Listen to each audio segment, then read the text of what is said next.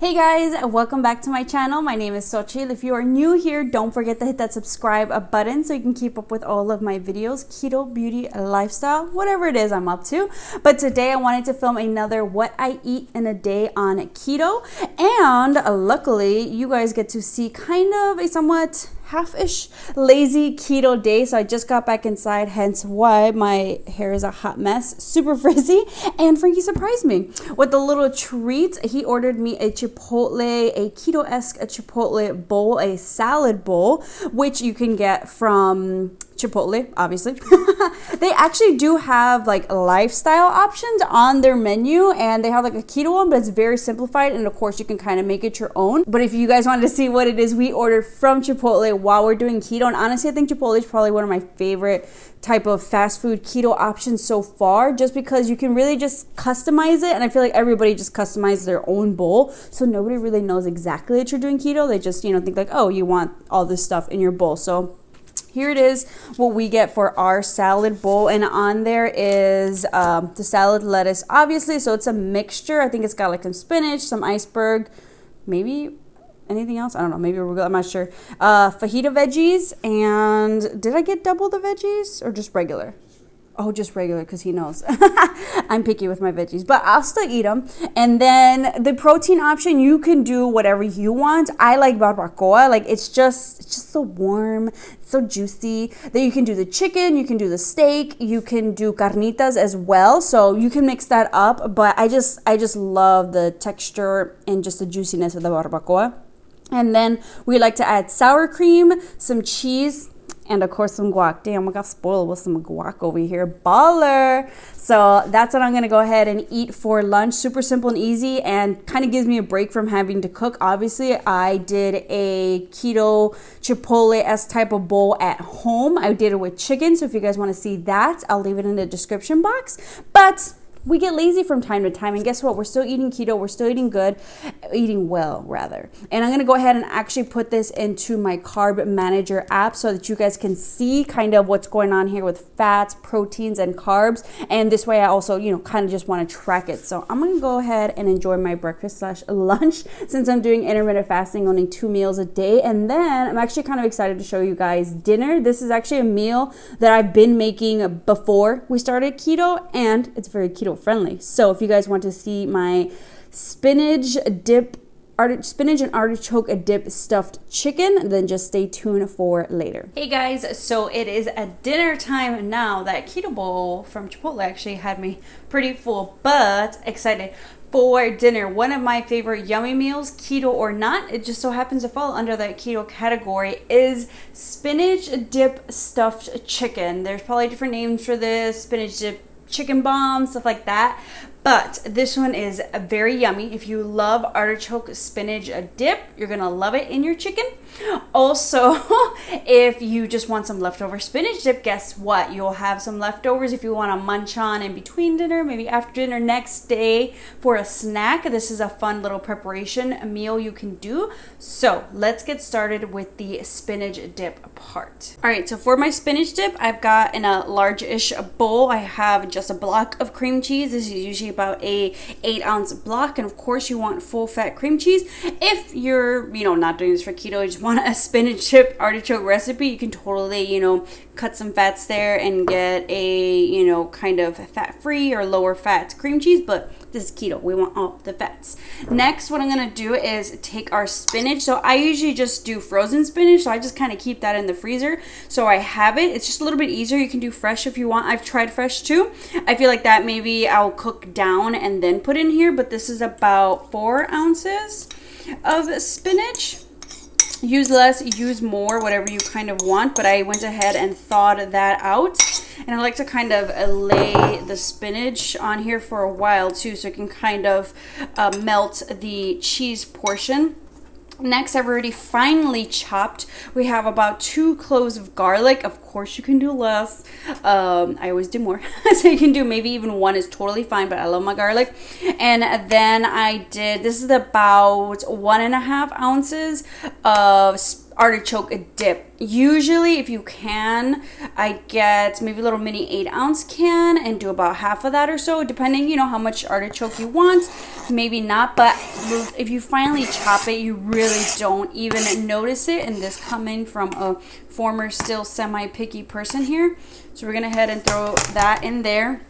Then we want about half a cup of mozzarella cheese. This is the one I get from Costco, so whatever mozzarella cheese you want.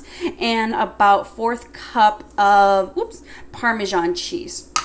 Next is going to basically be salt and pepper to taste. So just to, I usually eyeball it, but to measure it out for you guys in case you're curious. But let's see, this is about a teaspoon. I would say a teaspoon might kind of cover it, yeah. Maybe about a teaspoon of salt.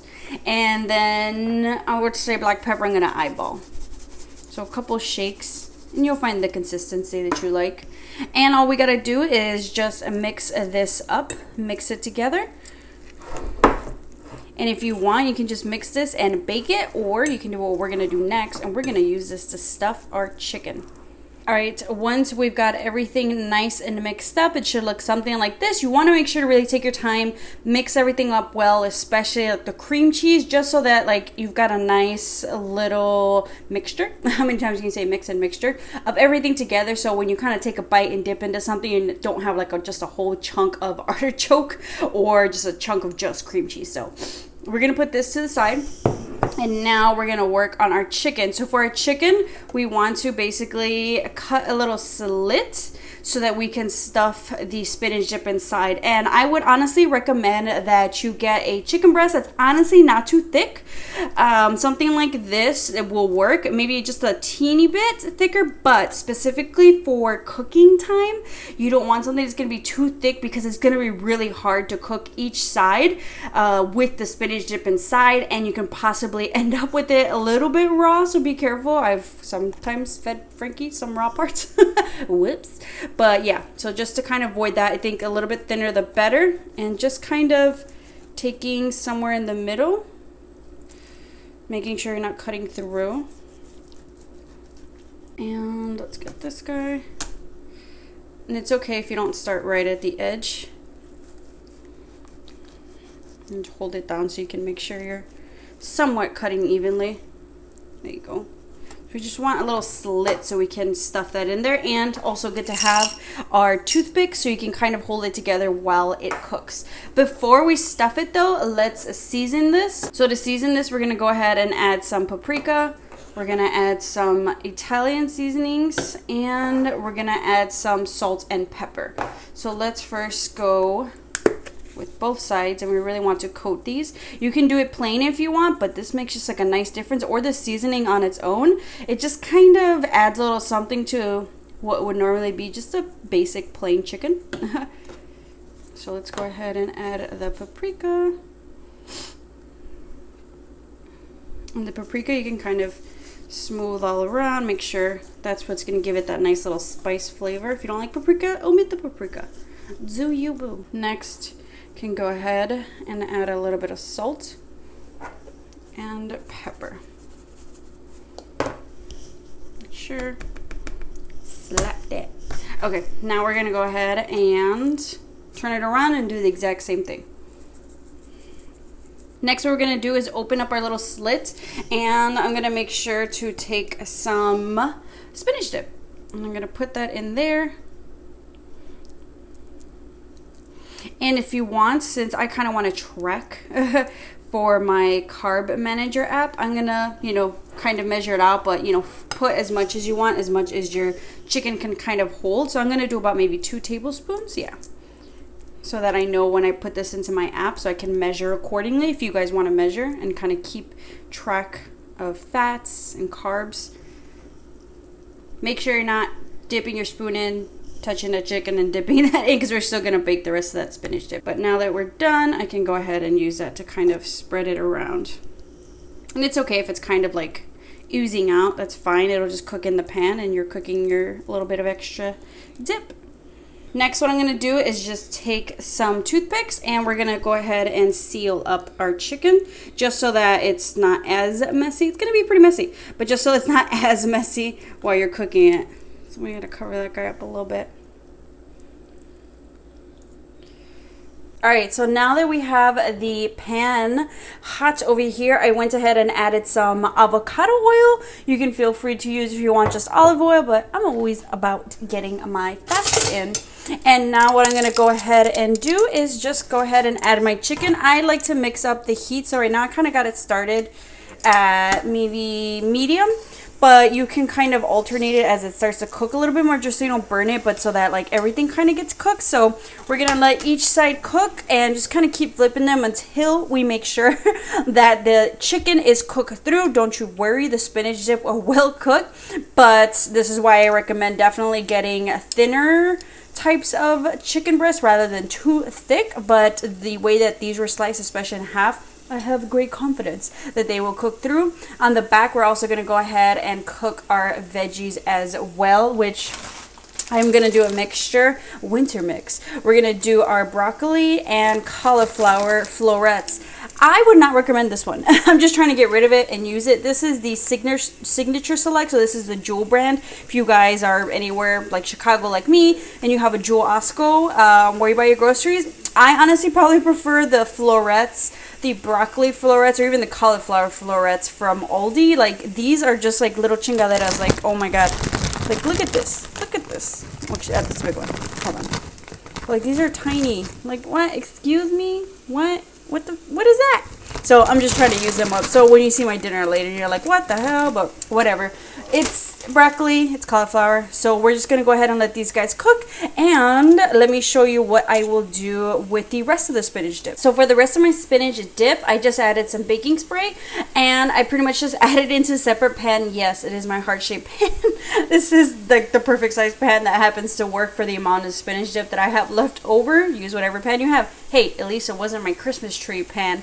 I did finally upgrade to another just regular square rectangular baking dish, but that's still a little bit too big for this, so I just added it on here. And now what I'm gonna do is, you can put this in your oven, or because I'm lazy and I don't like to wait to get that started up, I'm gonna go ahead and put it in my toaster oven. And usually I put it on 350 and I bake anywhere for 15 to 20 minutes. I would say definitely check around the 15-minute mark, but usually it's like 15 to 20. And I usually like to do this maybe after I've kind of flipped my chicken a bit.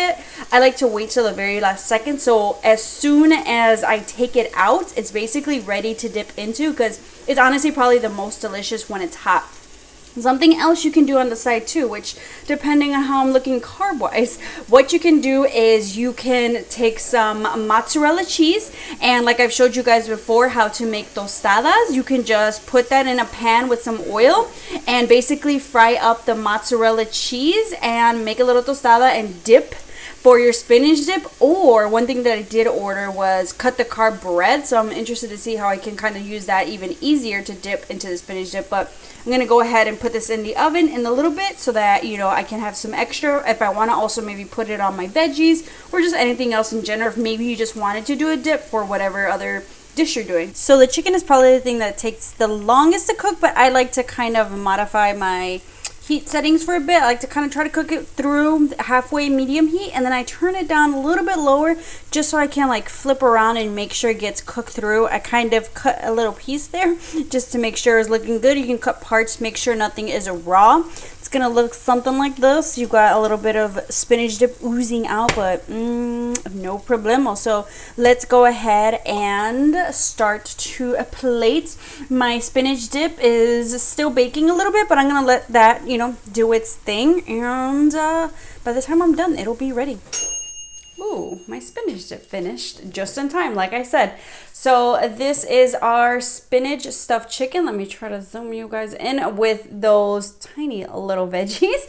But it looks delicious, tastes delicious. Pretty simple to do. The biggest trick is just making sure you cook through the chicken and it cooks through the spinach dip for you. If anything falls in the pan, go ahead and scoop it up and put it back in there. But this is one of my favorite meals, keto or not. So if you're trying to convince somebody in your household to go go keto, introduce them maybe with this. And now that my rest of my spinach dip is finished, I can go ahead and measure out maybe if I want to put some on top of my veggies. But this is a dinner, so I'm super excited. I'm gonna go ahead and eat this now. I'm gonna enjoy it. I'll maybe try to post what the carb manager app will kind of look like. I tried to portion it out as well as I could. I probably do maybe a serving, maybe about a tablespoon rather. So I did 2 tablespoons in the spinach dip, and then maybe I'll do like 1 tablespoon or so, depending on how many carbs I have left on the, on the vegetables. But I'll kind of put a little side thing here just so you guys can see maybe how much that would be, but totally fits into your macros if you want, depending how many carbs you want to put into your day. But if you want to make this fit, you want to make this fit. I hope you guys enjoyed this video, enjoyed today's meal. Don't forget to hit that subscribe button so I can keep up with all of my videos, and I'll see you guys next time.